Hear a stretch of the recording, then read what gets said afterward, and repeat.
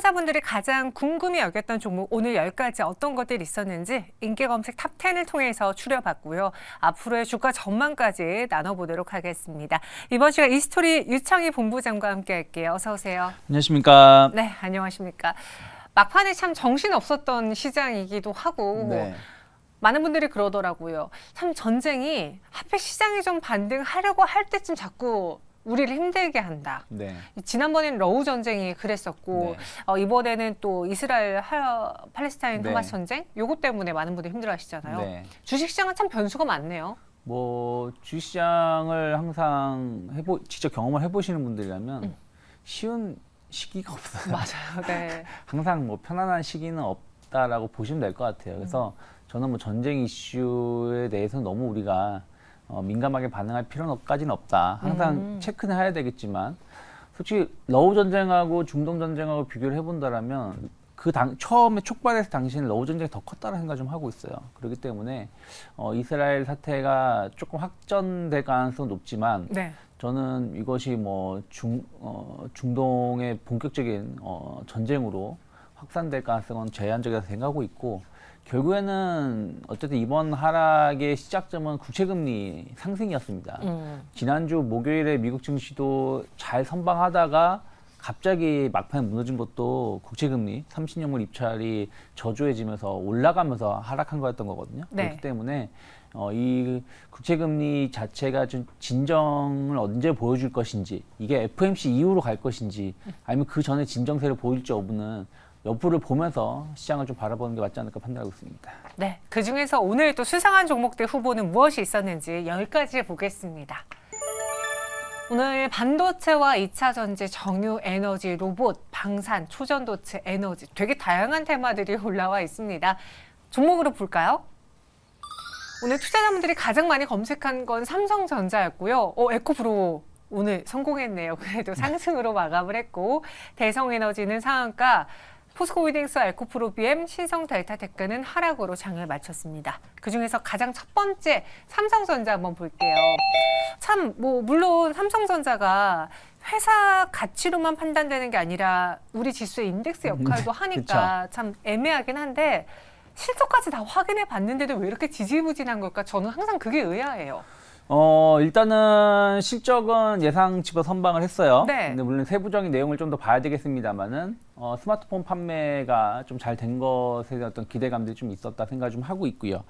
그리고 이제 업황이 바닥이 확인됐다는 부분들에 대한 어떤 기대감들이 조금은 뭐 주가에 긍정적 역할을 해줄 수 있다 생각 좀 하고 있어요.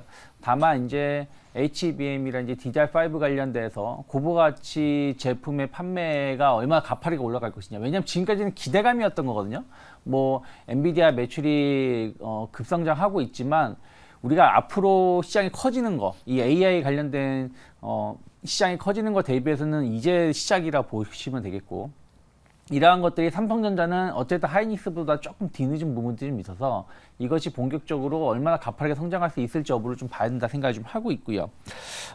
그리고 이제 실적 개선에 대한 어떤 기대감이 이미 주가에 좀 반영됐다 생각을 좀 하고 있어요. 결국엔 삼성전자라든지 이런 쪽이 움직이려면 시장이 좀 받쳐줘야 돼요.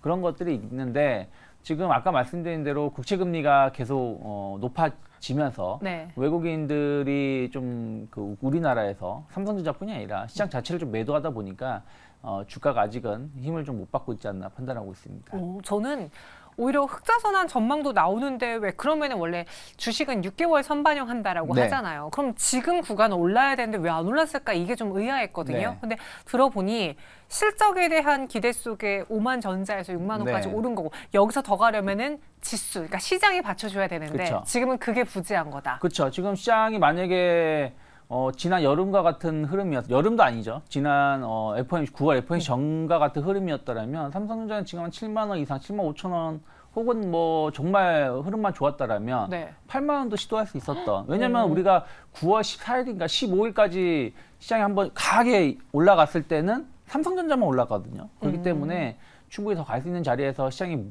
부러지다 보니까 가치 흔들림이 나온 것이다 생각을 좀 하고 있습니다. 그럼 여기서 좀 실망하기보다는 더 들고 가는 게 맞는 건지 삼성전자의 업앤다운 어떻게 의견 주시겠어요? 저는 뭐 지금은 조금 더 들고 가는 게 맞다 생각을 좀 하고 있어요. 그러니까 꼭 지금은 뭐 삼성전자뿐이 아니라 많은 종목군들이 저평가 영역에 좀 들어가 있는 상황이기 때문에 여기서 굳이 무리해서 매도를 하시기보다는 조금 흐름을 좀 지켜보면서 끌고 가시는 게 맞지 않을까 판단하고 있습니다. 그래서 업 의견 주셨고요. 또 증권가에서는 삼성전자를 좀 좋아하는 것 같다는 생각이 우리는 뭐 삼성전밖에 없다라고 생각하는 것 같아요. 이번에 리포트를 보니까 목표 주가를 한 9만 원에서 9만 5천 원 사이로 네. 거의 그 정도면은 10만 전자 가까운 10만 전자죠. 수준이니 네. 지금보다 올라야 될 룸이 굉장하다는 뜻이거든요. 그들의 근거에 대해서는 어떻게 보시는지요? 그건 아무 없어요. 그냥 좋아질 거라는 건데 네. 저는 그거에 대해서는 조금 부정적으로 보고 있어요. 그 정도까지는? 네, 왜 그러냐면 그 얘기는 말씀하신 대로 신고가, 역사적 신고가를 간다는 얘기거든요. 근데 그만큼의 반도체 업황이 회복이 될 것인가?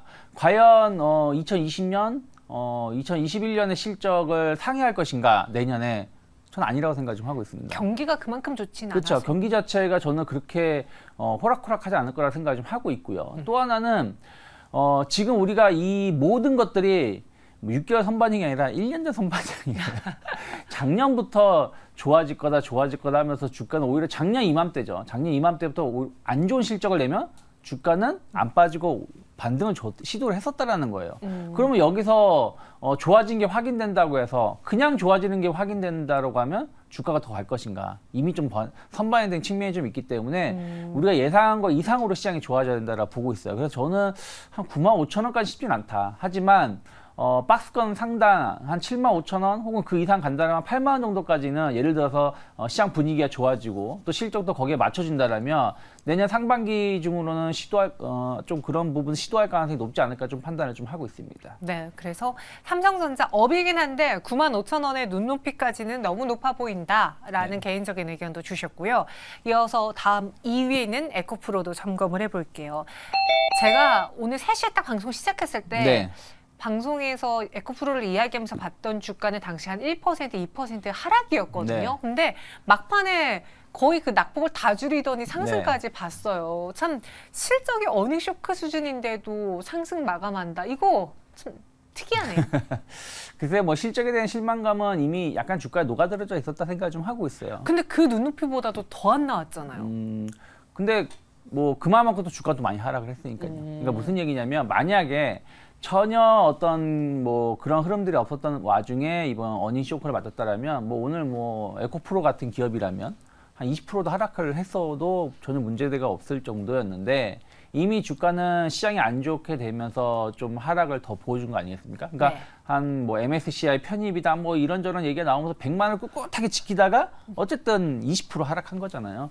거기에 대한 어떤 가격 메리트가 좀 일부 있었던 것이고 또 실적이 좋지 못할 것 같다는 예상도 어느 정도 있었죠. 왜냐하면 지난 3분기 때 2차 전지 관련된 뉴스를 보면 리튬 가격이 계속 하락하고 있다. 맞아요. 연저점을 계속 갱신했다는 소식하고 또 하나는 중국이 덤핑을 계속하고 있다. 이런 뉴스들이었거든요. 그러면 국내 기업들이 경쟁이 쉽지 않다라는 것이었기 때문에 어느 정도 예상이 됐던 상황에서 매출은 한 16% 늘었지만 영업이익이 한 70% 가까이 급감한 부분들에 대해서 약간 놀라긴 했습니다만은 오늘 과연 그것 때문에 하락을 했는가 그것도 좀 있었다 생각하고 있지만 결국에는 시장이 안 좋아서 하락을 한 것이고 뭐 결국에는 뭐 5분 휴전으로 끝났다는 뉴스가 나오고 있는데 네. 이스라엘 약간 휴전에 대한 어떤 기대감들이 막판에 몰리면서 저가 매수가 들어오다 보니까 좀 반등에 성공을 하지 않나 판단하고 있습니다.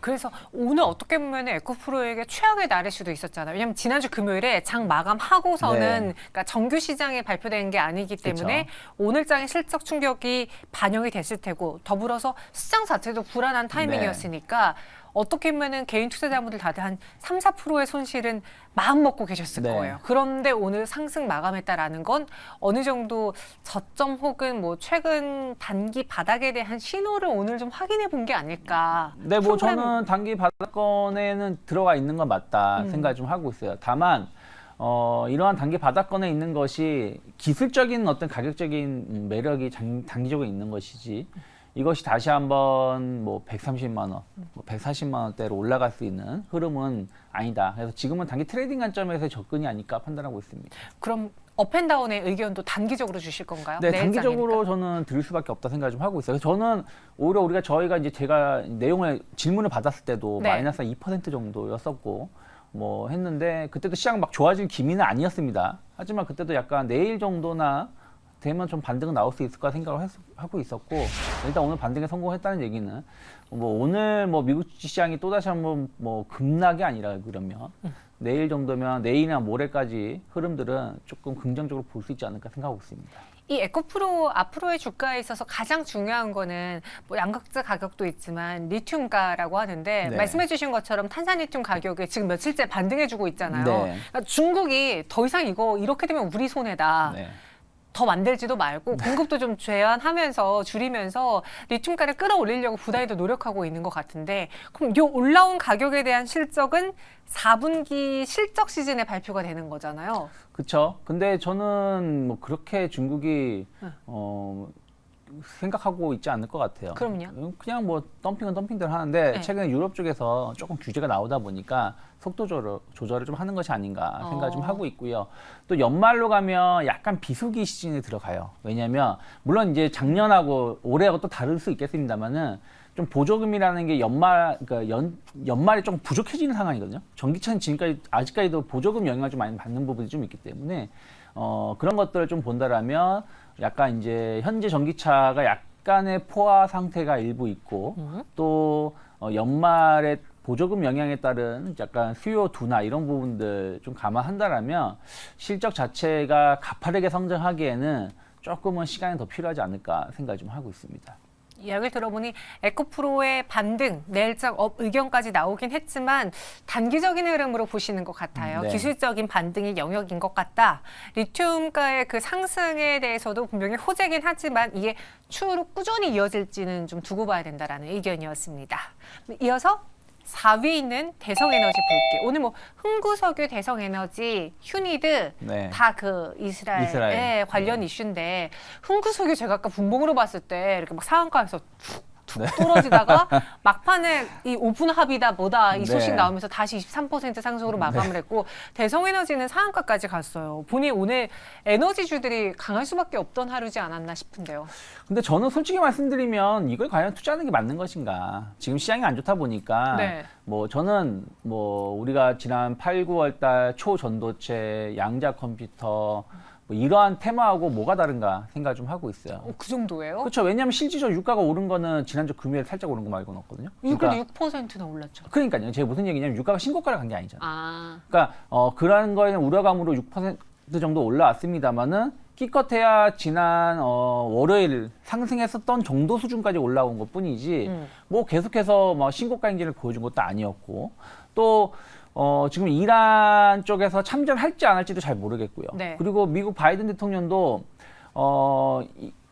이스라엘이 가자 지구를 완전 장악하는 거에 대해서 자기는 반대한다라고 명확히 선을 그었어요. 그러니까 약간 자기들 타격을 받은 거에 대해 공격하는 것까지 내가 그냥 놔두겠지만 가자 지구를 완전 점령까지 가는 거에 대해서는 반대한다고 발언했거든요. 그 얘기는 중동 전쟁으로 완전히 확산되는 거에 대해서는 반대를 하겠다는 것이었기 때문에 우리도 반대한다. 네, 그래서 그런 부분들을 우리가 전망을 할 만큼의 유가 상승은 아직은 안 나오고 있다 생각하고 있고 또 하나는 에너지 가격이 이 정도 오른 거 가지고 이 에너지를 거래하는 업체들, 유통시키는 업체들이잖아요. 엄밀히 따지면 네. 흥국석유라든지 이런 기업들은 지방에서의 어떤 석유 거래라든지 이런 거래라는 건데 글쎄요. 정제 마진이 급등했다라면 S-오일이 상한가를 갔어야 되는 것이고 SK이노베이션이라든지 GS가 급등세를 보여줘야 되는데 그러지 못했다는 것이죠. 그러면 너무 과도하게 시장이 워낙에 안 좋다 보니까 이쪽으로 자금이 쏠린 거에 대한 상승이다. 그래서 흥국석유 같은 경우가 지난주 화요일 대비해서 거의 한 50% 이상 상승한 걸로 알고 있어요. 근데 여기서 신규 매수는 뭐 진짜 용자의 가슴을 가진 분들이 할 수 있는 것이 아닌가 판단하고 있습니다. 지난번 그 러우 전쟁 때도 느꼈는데 딱 전쟁이 터지면 사실 네. 이게 하루 이틀 만에 끝날 만한 뉴스가 아니잖아요. 네. 그럼 딱 터지자마자 에너지주를 사는 게 답인 것 같다라는 생각이 저는 오늘 좀 들었거든요. 그러니까 물론 지금은 용자의 심장이겠지만 왜 그때 안 그랬을까 좀 저는 오늘 보면서 살짝 부럽기도 하고 안타깝기도 했었습니다. 네. 그럼 대성에너지에 대한 앞으로의 업앤다운 의견은 다운이십니까? 네, 전 둘 다 다운 의견을 말씀드리고 싶고요. 왜냐하면 언제 어떻게 급변할지 몰라요. 오늘 아까 말씀하신 것처럼 5분 휴전 이런 이슈에도 주가가 급등을 했었기 때문에요. 네. 그리고 연말로 갈수록 에너지 수요는 높아질 수밖에 없는 구간인 건 맞아요. 맞아요. 근데 이미 작년에도 우리가 확인됐었던 것이 작년에는 그 수요처를 다변화하지 못했음에도 불구하고 그렇게 관련된 기업들이 주가가 좋은 흐름을 보지 못했고 천연가스라든지 유가가 더 올라간 게 아니라 올해 연말에 하락세를 보여줬었던 부분들이 있었기 때문에 지금은 수요처가 많이 다변화되어 있다라는 걸 본다라면 과연 뭐 천연가스가 최근 들어 좀 상승을 하고 있습니다만은 이게 막 급등세로 고공행진할지 여부는 좀 계속해서 지켜봐야 되지 않을까 판단하고 있습니다. 네, 그래서 대성에너지는 다운 의견 드렸습니다. 오늘 그래도 29% 넘는 급등 상한가로 마감을 했는데 일단은 지금부터는 부유자의 영역이면서 매도 타이밍을 노려야 되는 거 아니냐라는 의견이었고요.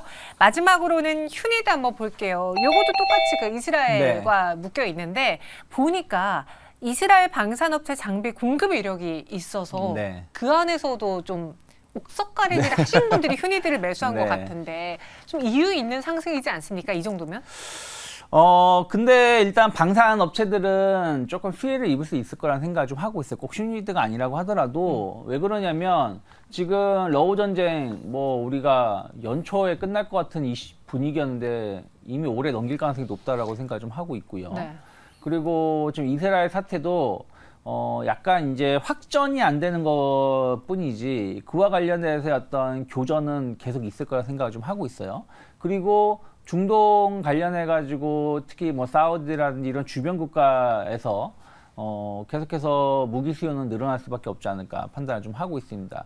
그런 측면에서 본다라면 뭐 국내 기업들이 반사이익을 충분히 누릴 수 있다 생각을 좀 하고 있어요. 그래서 원래는 올해가 약간 수주 공백기에 들어가는 시즌이거든요. 왜냐하면 작년에 수주를 많이 했었기 때문에 작년 재작년에 그것을 이제 공급해야 되는 상황이고 또 유럽에서도 예산안이라든지 이런 부분들이 이슈가 좀 있고 또 우리나라에서도 지금 수주를 하기 싫어서 안 하는 게 아니라 수주를 못 하는 상황이에요. 왜냐하면 이게 우리가 거의 조 단위의 이 그 무기 계약이 이루어지는 거잖아요. 그러면 이게 돈을 받고 무기를 공급하는 게 아니라 무기를 먼저 공급을 하면서 돈을 순차적으로 받는 건데 네. 이 지급 보증을 수출입은행이 해줘야 돼요. 근데 수출입은행이 지금 지급 보증을 할 수 있는 한도가 꽉 찼습니다. 근데 이걸 확대하려면 국회 동의가 필요해요. 근데 지금 뭐 여야의 관계가 썩 안 좋고 정부하고 관계가 안 좋다 보니까 이게 쉽게 동의가 이루어지지 않는다고 이미 예상하고 있었기 때문에 올해 수주 공백 가능성이 상당히 높아서 주가가 여름 이후에 많이 못 갔는데 이러한 이슈들이 좀 발생을 한다면 앞으로에 대한 또 수주에 대해서 기대감 감안한다면 주가는 좀 긍정적인 역할을 해줄 수 있지 않을까 판단하고 있습니다. 그럼 아까 그 우리 대성에너지 흥구석에도 같은 이스라엘 이슈긴 했는데 여기서는 다운이었잖아요. 네. 휴니드는 다운이 아닌 건가요? 뭐 슈니드는 제가 보기에는 뭐 방산 관련돼서 네. 군비 관련해서의 어떤 추가적인 어떤 이슈들 감안한다라면 충분히 조금은 더 상승 가능성도 좀 열려 있지 않을까 판단하고 있습니다. 근데 오늘 휴니드를 제외한 뭐 LIG 넥스원, 하나 에어로스페이스 이런 좀 굵직한 방산주들은 하락했어요. 네. 그래서 왜 그런가 하고 봤더니 그 폴란드의 총선 결과가 이제 출구 조사를 통해서 가늠해 볼 수 있는데 8년 만에 정권 교체가 전망된다. 그럼 우리가 기존에 폴란드랑 계약했던 것들 아직 이제 하반기에 남겨둔 거 이거 정권이 바뀌면서 무산되는 거 아니냐라는 우려가 오늘 나왔다던데.